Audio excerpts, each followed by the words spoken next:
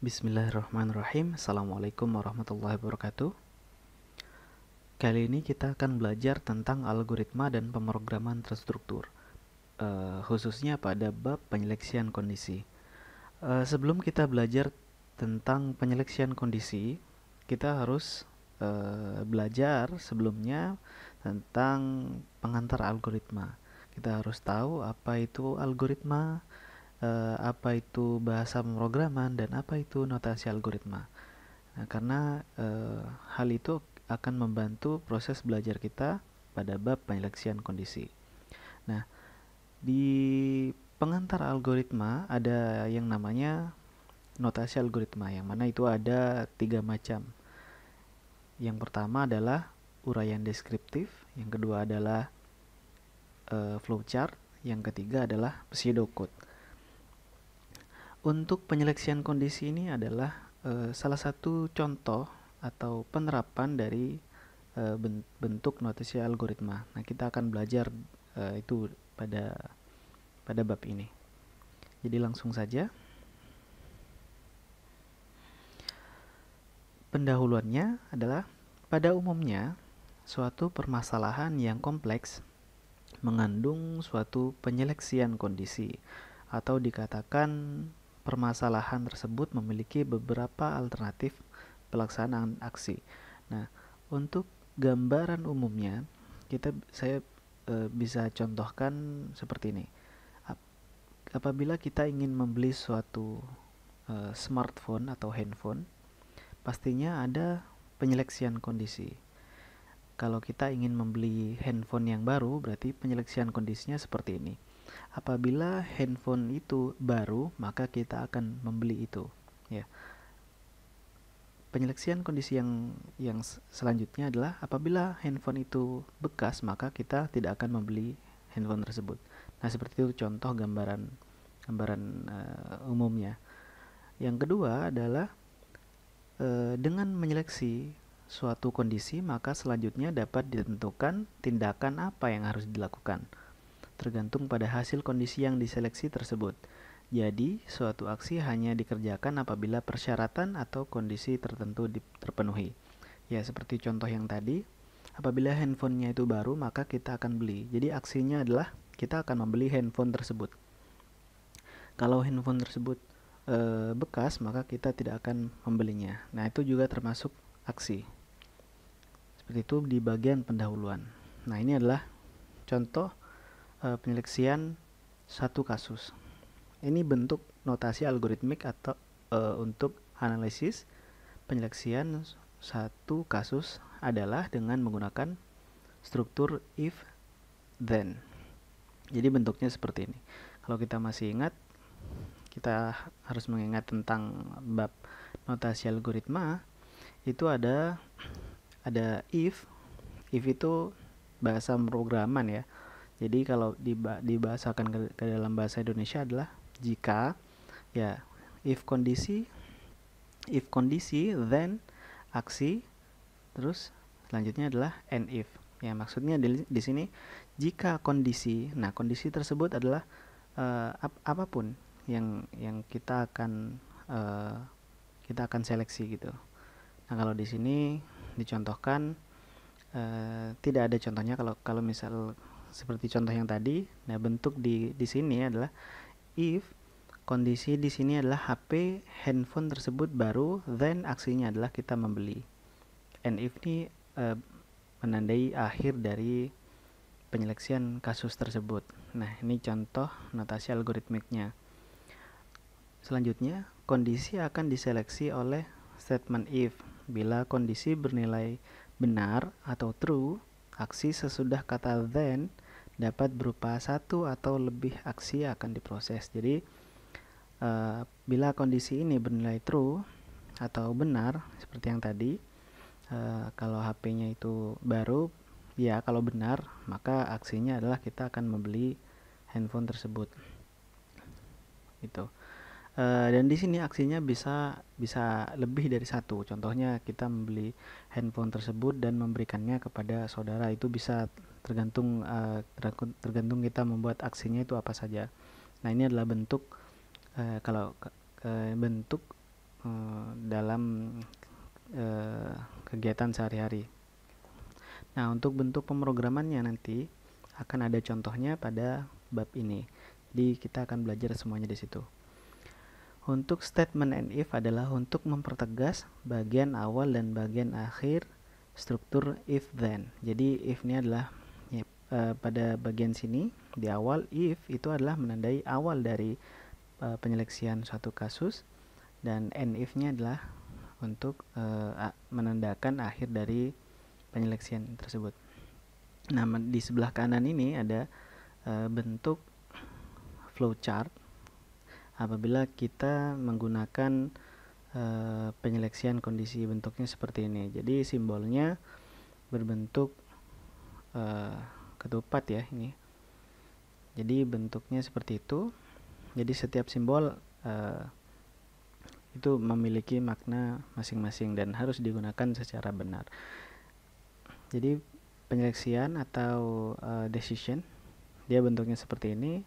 Di dalamnya dituliskan if kondisi, kalau dia bernilai benar maka aksinya apa yang dilakukan di sini, dan kalau dia bernilai salah maka apa yang dilakukan. Ya, seperti itu. Next, selanjutnya adalah contoh penyeleksian kondisi satu kasus. Ini contohnya mengenai algoritma menentukan apakah sebuah bilangan bulat merupakan bilangan genap. Ya, jadi ini adalah judul dari contoh tersebut. Yang pertama, kita harus mengingat ini adalah bentuk suatu notasi algoritma pseudocode, dan yang di sebelah kanan adalah flowchart. Jadi mengapa kita harus belajar dulu mengenai pengantar algoritma? Karena kita harus mengetahui terlebih dahulu yang namanya notasi algoritma itu seperti apa. Nah, ini notasi algoritma pseudocode, dan yang sebelah kanan ini adalah notasi algoritma flowchart. Jadi langsung saja saya jelaskan. Yang pertama di sini ada judul dari algoritma tersebut, yaitu algoritma bilangan genap. Ini adalah judulnya. Di bawahnya ada deskripsinya. Menentukan apakah sebuah bilangan bulat yang dibaca dari piranti masukan, maksudnya piranti masukan adalah inputan ya, merupakan bilangan genap. Jadi apakah inputan itu merupakan bilangan genap. Nah, itu adalah deskripsinya. Yang selanjutnya ini ada bagian deklarasi. Karena kita hanya dalam contoh ini hanya ingin menentukan bilangan bulat, jadi kita hanya menggunakan satu variabel yang digunakan diinisialisasi sebagai bil. Jadi variabelnya namanya bil. Jadi bisa kalian tulis bil saja atau bilangan, bisa terserah. Jadi agar memudahkan di sini ditulis bil. Tipe data untuk variabel bil tersebut adalah integer, yang mana integer ini adalah tipe data yang dapat berisi suatu nilai bilangan bulat. Ya, kita sebelumnya sudah pernah belajar tentang macam-macam tipe data. Jadi kita langsung saja. Yang selanjutnya pada bagian pseudocode ada deskripsinya. Pada baris yang pertama di bagian deskripsi adalah read bil. Read ini kalau dalam bahasa kita sehari-hari bisa diartikan sebagai baca variabel bil. Jadi ini adalah inputan ya. Sebelumnya kita sudah pernah belajar bagaimana membuat suatu program sederhana. Jadi ini adalah bentuk inputannya pada notasi algoritma pseudocode. Baris yang selanjutnya adalah statement if atau statement penyeleksian kondisi. Bentuknya seperti ini. If bil mod 2 sama dengan 0, then write bilangan genap, lalu and if. Maksudnya adalah jika variabel bilangan mod 2 sisanya adalah 0, maka outputnya adalah bilangan genap. Mod ini adalah sisa bagi ya. Jadi apabila yang kita masukkan ke dalam variabel bilangan itu 4, mod 2 Jadi sisa bagi dari 4 dibagi 2 kan itu 0 ya. Jadi ini program akan menuliskan bilangan genap. Kalau di sini bilangannya kita isikan ganjil ya, ganjil misal 5 mod 2, maka ini tidak akan sisa baginya tidak akan 0, tapi ya, sisa baginya itu ada 1.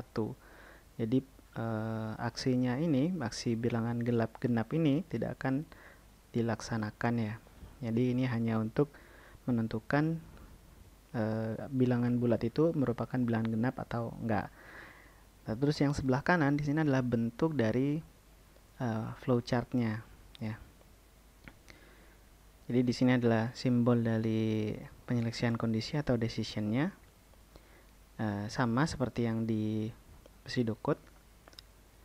Bil mod 2 sama dengan 0.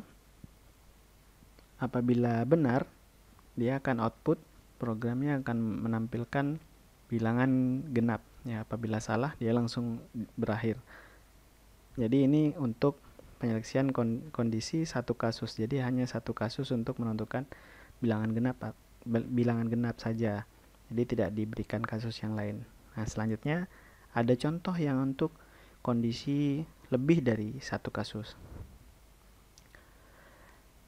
Yang kedua nih adalah contoh ya penyeleksian kondisi satu kasus ya. Ini masih dalam kondisi yang satu kasus, tapi ini adalah bentuk dari programnya. Ini adalah bentuk programnya. Karena di sini bahasanya menggunakan bahasa C++, jadi kita bisa jalankan program ini di compiler ya, compiler yang bisa menjalankan atau bisa bisa menjalankan bahasa pemrograman C++. Sebelumnya kita menggunakan compiler dev C++ ya, tapi ada beberapa sintaks yang dia berbeda, seperti include-nya seperti apa. Include-nya ini tidak menggunakan .h dan lain sebagainya. Ini adalah contohnya. Nanti kalian bisa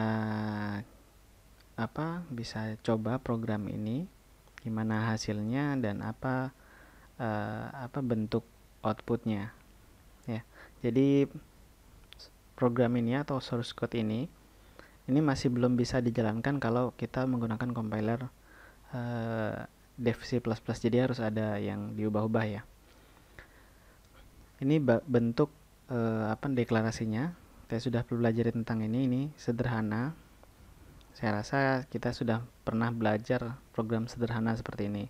Nah, untuk cout ini adalah untuk menampilkan ya. Cout untuk menampilkan, cin untuk inputan. Jadi yang pertama programnya akan menampilkan masukkan suatu bilangan bulat, jadi menampilkan kata-kata ini. Lalu dia akan program akan melakukan input variable bil. Jadi ini adalah kondisinya seperti yang tadi kita pelajari. Ini sama, cuman ini dalam bentuk programnya. Yang selanjutnya, nah ini untuk penyeleksian dua kasus. Nah, kalau sebelumnya itu hanya satu kasus, ini ada dua kasus ya. Bedanya untuk kasus benar ini ada aksinya, untuk kasus yang salah dia juga ada aksinya. Kalau sebelumnya kan hanya satu saja. Di sini sama dengan penyeleksian kondisi satu kasus, cuman berbeda di strukturnya. Perbedaannya ada di sini, di tengah sini.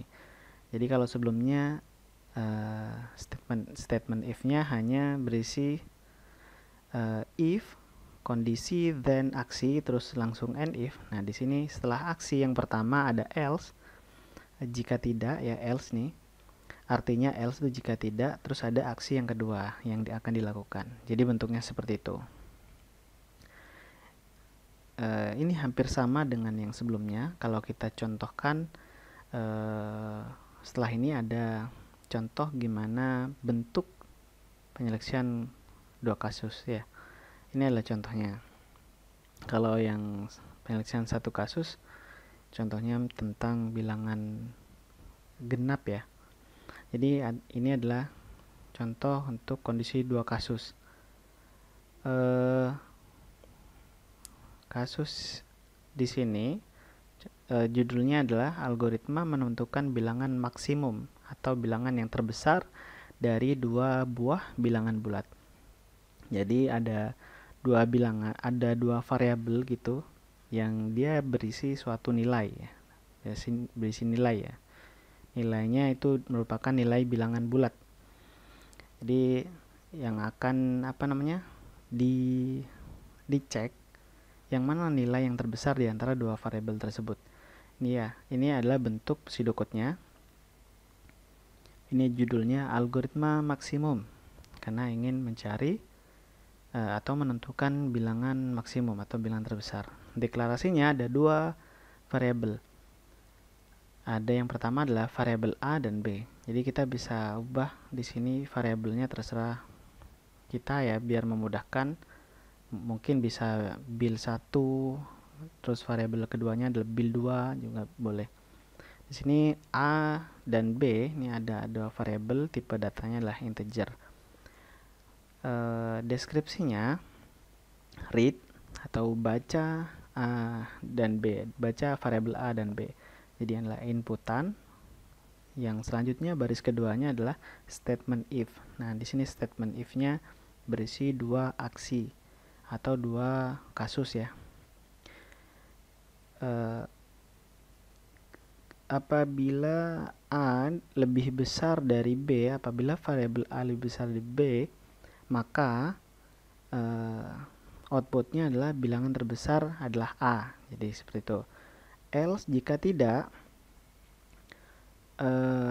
apabila ini kalau dibacakan ya, jika tidak, bila B lebih besar sama dengan A, maka outputnya adalah bilangan terbesar sama dengan B. Ini adalah kita ada output di sini variabel B-nya.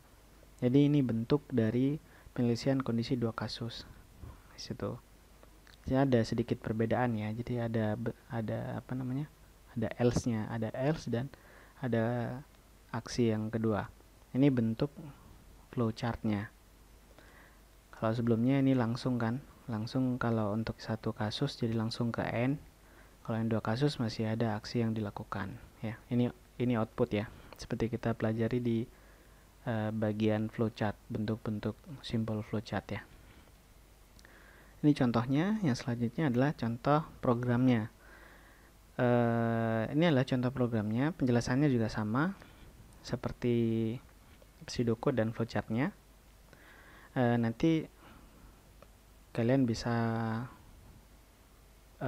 kita bisa pelajari ini atau bisa compile source code ini di DevC++. Tapi ya ada yang harus dirubah, include-nya, void main-nya dirubah seperti apa ya. Jadi itu adalah tugas kalian untuk merubah itu, merubah bentuk programnya agar bisa dijalankan. Di sini ada include-nya seperti biasa. Ini adalah deklarasi integer variabel A dan B. Terus masuk ke baris programnya. Yang pertama adalah cout atau output ya.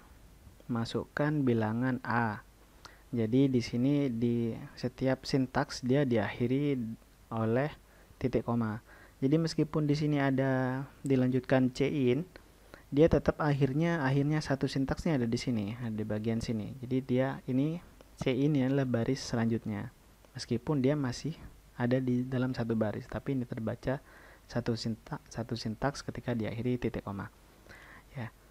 Ada output, ada input di sini. Jadi ini outputnya adalah menampilkan kata-kata masukkan bilangan A. Nah, adalah inputnya cin variabel A. Jadi dimasukkan dua buah bilangannya seperti ini. Lalu diseleksi. If A lebih besar dari B, maka program menampilkan tulisan bilangan terbesar titik 2 A. Jadi bilangan terbesarnya adalah nilai yang ada di variabel A ini. Jika tidak, dia langsung langsung menampilkan atau outputnya adalah langsung bilangan terbesar adalah B atau nilai yang ada di dalam variabel B. Seperti itu contohnya. Untuk bentuk programnya seperti apa, ini bisa dijalankan di DevC++ dengan syarat harus dirubah bentuknya, karena program ini sama-sama C++, cuman setiap compiler itu memiliki memiliki bentuk-bentuk bahasa yang berbeda-beda. Selanjutnya di sini ada penyeleksian 3 kasus atau lebih. Nah, istilahnya if tersarang ya, atau if bersarang gitu. Sama seperti if kondisi 2 kasus, tapi di sini ada lebih banyak sekali aksinya, ada kondisi lagi ya. Ada if, ada kondisi yang pertama, then aksinya apa, ada else, terus di dalamnya ada if lagi. Jadi bersarang, ada if, di dalamnya ada if lagi. Jadi bentuknya seperti itu. Nah, untuk contohnya ada banyak sekali ya contohnya. Di sini adalah bentuknya. Memang sedikit membingungkan ya kalau misal kita hanya melihat bentuk seperti ini. Tapi kalau kita sudah menemukan suatu kasus algoritma, maka kita bisa menerapkan bentuk notasi algoritma ini. Ya, next. Nah, ini kelanjutannya, karena saya buatnya berkelanjutan karena ada beberapa 4 kasus ya, penyeleksian kondisi 1 benar, kondisi 1 apabila benar aksinya apa. Ini adalah kalau terdiri dari 4 kasus. Itu bentuk if bersarangnya. Jadi setelah else ada if lagi di dalamnya, aksinya apa, else, terus ada if lagi. Jadi seperti itu. Nah, nanti ada contohnya. Nah, ini adalah contoh programnya, karena di sini kita tidak belajar lagi mengenai pseudocode, karena tadi di contoh 1 kasus dan 2 kasus sudah ada bentuk pseudocode-nya. Jadi ini langsung ke contoh programnya. Inilah contoh program, bisa kalian bisa kalian compile di compiler DevC++. Ya seperti tadi, syaratnya harus dirubah-rubah. Kenapa kok di sini tidak langsung dirubah saja? Ya biar ada kerjaan saja, biar ada eksperimennya gitu. Jadi di sini kalau dilihat sekilas, ini adalah program untuk mengetahui indeks nilai ujian. Jadi kalau kita tahu indeks itu biasanya kan ada nilai ujiannya, nilai ujian kita dapat A, B, C atau A+ atau apa, B+ gitu. Nah, itu adalah indeks. Nah, di sini adalah program untuk mengetahui indeksnya berdasarkan nilai yang kita dapatkan. Nah, nilai ujian itu kan bentuknya tetap nilai, ada contohnya 80, 70, tapi itu masuk ke indeks keberapa. Nah, ini adalah contoh programnya. Jadi dibutuhkan di dalam program ini ada 2 variabel. Yang pertama variabel nilai, nama variabelnya adalah nilai. Dia bertipe data float. Kenapa kok tipe datanya float? Karena kalau nilai itu kan tidak selamanya bilangan bulat ya. Bisa bilangan desimal, bisa 75,5, bisa. Jadi macam-macam nilainya yang bisa kita dapatkan ya. Makanya kita menggunakan variabel float. Selanjutnya ada variabel index dengan tipe data char atau karakter. Jadi kenapa kok karakter? Karena kita akan membuat indeks dari nilai ujian tersebut. Ya. Nah, di sini untuk baris programnya, cout ini adalah output, diakhiri oleh titik koma seperti biasanya. Cout-nya adalah menampilkan tulisan masukkan nilai ujian. cin, masukkan variabel nilai. Apabila nilai, jadi sini langsung ke penyelesaian kondisi. Apabila nilai lebih besar sama dengan 80, maka indeksnya sama dengan A. Jadi misal kita masukkan nilai di sini atau inputannya adalah A, inputannya adalah nilai 80 atau 90, maka indeksnya termasuk A, ya, seperti itu. Begitu juga dengan kondisi yang selanjutnya. Nah, di sini kondisi apabila nilainya lebih besar sama dengan 70, ini dan ya. Jadi ada dua kondisinya. Jika nilai lebih besar sama dengan 70 dan nilai lebih kecil dari 80, maka indeksnya adalah B. Jadi seperti itu. Begitu juga selanjutnya. Dan seterusnya. Ini bisa ditambahkan sampai Z juga bisa, cuman rata-rata di bidang akademik indeksnya cuma sampai E, mungkin F ada ya. Setelah penyelesaian kondisi di sini ada beberapa kondisi. Di sini ada 1, 2, 3, 4, ada 4 kondisi ya, ada 4 kondisi.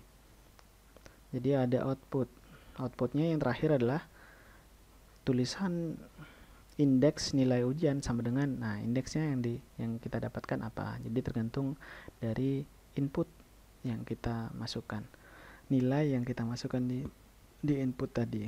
Misal kita masukkan nilai 80, dia akan masuk ke kondisi yang mana? Apakah kondisi yang awal, apakah kondisi yang kedua, ketiga. Jadi dari situ. Jadi ini adalah diseleksi kondisinya tergantung apa yang kita inputkan. Jadi seperti itu. Untuk lebih jelasnya lagi bisa dicoba program ini dijalankan agar tahu lebih jelas bagaimana hasilnya ya. Yang selanjutnya struktur case. Jadi di dalam penyeleksian kondisi ada dua bentuknya. Bentuk yang pertama tadi if, nah bentuk yang kedua adalah case. Sama saja fungsinya juga untuk penyeleksian kondisi, tapi dalam bentuknya dan penulisannya itu ada perbedaan. Jadi secara garis besar bentuknya seperti ini ya. Ini case, ini memang namanya nama percabangannya case seperti ini. Terus ini adalah nama case-nya. Kita bisa isi dengan apapun yang ingin kita cari atau ingin kita namakan di sini. Nah, ada kondisi 1 aksinya apa, kondisi 2 aksinya apa, kondisi 3 aksinya apa. Hampir sama dengan if, tapi bentuknya berbeda. Jadi langsung next saja. Di sini ada beberapa deskripsi, tapi dia menjelaskan tentang yang ada di dalam kolom ini ya, kotak ini. Kita bisa mengerti ini sambil lalu pada slide selanjutnya karena ada contoh-contohnya biar lebih mudah. Nah, ini contoh struktur case. Ini adalah contoh programnya. Kalau sebelumnya contohnya dalam if yang bersarang itu untuk mengetahui indeks nilai. Nah, di sini untuk mengetahui kalau misal masukkan inputan angka bulan 1 sampai 12 itu nama bulannya apa. Jadi misal kita input angka 1. Nah, nama bulannya itu kalau untuk 1 itu apa gitu. Kan kalau 1 kan pasti Januari ya, 2 Februari gitu. Nah, seperti itu. Nah, di sini ada programnya. Di sini pada bagian deklarasi kita membutuhkan satu variabel saja karena di sini hanya untuk inputannya angka saja. Variabelnya namanya angka bulan ya. Nama variabelnya adalah angka bulan. Jadi terserah yang membuat program ya ini ya. Bisa kalian rubah, tapi untuk memudahkan dibuat seperti ini. Tipe datanya adalah integer karena bilangan bulat ya. Karena nggak ada angka bulan tuh 1,5 nggak ada. Jadi adanya 1 itu Januari, 2. Jadi kalau 1,5 mungkin Januari ke Februari jadi nggak ada. Jadi nggak jelas kalau inputannya seperti itu. Untuk baris programnya atau sintaksnya, yang pertama cout adalah output ya. Outputnya tulisan masukkan angka bulan di kurung buka 1 sampai 12. Jadi yang harus kita masukkan adalah angka 1 sampai 12. Jadi biar ini tulisan agar memudahkan ya. Jadi pengguna itu tidak outputnya 13 atau inputnya itu tidak angka selain ini gitu. Jadi harus angka yang ada di sini, ada 1 sampai 12. Nah, di sini C-nya adalah kita masukkan nilai bilangan bulat ke dalam variabel angka bulan. Nah, di sini selanjutnya adalah penulisan switch. Nah, ini memang penulisan seperti ini, memang syaratnya kalau kita menggunakan struktur case ada penulisan switch seperti ini, lalu nama dari variabel case-nya, namanya, lalu ada kurung kurawal di sini. Yang pertama dimulai dari case yang pertama ya, case 1 ya. Jadi karena di sini ada 12 case yang akan kita gunakan, di sini ada banyaknya 12, lebih sebenarnya bukan 12 ya, lebih dari 12 tambah 1 karena di sini ada default, nanti saya akan jelaskan. Case yang pertama, apabila inputnya kita masukkan angka 1, maka cout di sini dia akan menampilkan tulisan Januari ya.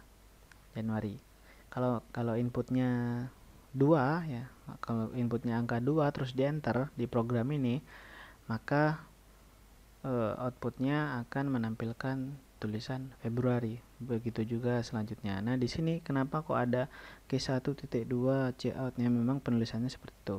Terus di sini di akhir ini ada titik koma terus ada break ya, memang struktur case syaratnya tulisan seperti ini, harus ada breaknya.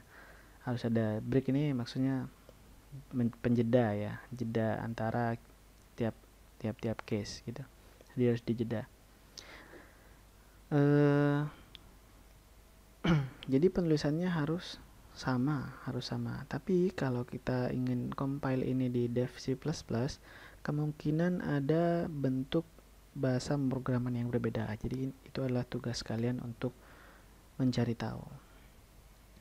Jadi di sini sudah saya contohkan bentuk case-nya seperti apa. Jadi ini ada sampai 12 karena bulan tuh akan ada 12 ya. Ada case yang pertama bulan apabila masukkan angka 1 Januari, 2 Februari, 3 Maret, 4 April, 5 Mei, 6 Juni dan seterusnya sampai angka 12, case yang ke-12 yaitu Desember. Nah, di sini ada satu lagi, ada default 2 cout, dia akan menampilkan bukan bulan yang benar. Kenapa kok ada default? Jadi default ini digunakan apabila user ini atau kita menjalankan program ini terus inputnya angkanya di luar angka 1 sampai 12. Misal angka 13, maka akan tampil tulisan ini, bukan bulan yang benar. Jadi seperti itu, biar mencegah programnya tidak error, dan apabila outputnya di luar angka itu tetap akan menampilkan ini, bukan bulan yang benar. Jadi misal angka 13 diinputkan 13 lalu di enter, maka tampilnya akan ini seperti ini. Angka 0 juga akan tampilnya seperti ini, dan semua angka-angka bilangan bulat yang di luar angka 1 sampai 12. Jadi seperti itu adalah contoh struktur case. Ini bisa dicoba di compile di Dev C++ dan harus bisa jalan karena biar bisa belajarnya lebih baik. Jadi ini adalah akhir dari bab penyeleksian kondisi. Nah, untuk latihan kalian di rumah, latihannya sederhana ya. Kalian bisa menjalankan contoh-contoh yang ada di modul penyeleksian kondisi ini. Nah, harus bisa jalan, programnya harus bisa jalan. Yang mana contoh-contohnya yang kita sudah pelajari tadi. Jadi kalian bisa ulang lagi videonya, cari contoh programnya, lalu jalankan di compiler dev C++. Jadi seperti itu untuk bab penyeleksian kondisi. Untuk bab-bab yang selanjutnya kita akan bertemu di video yang lain ya. Sekian dari saya, terima kasih, semoga bermanfaat. Wassalamualaikum warahmatullahi wabarakatuh.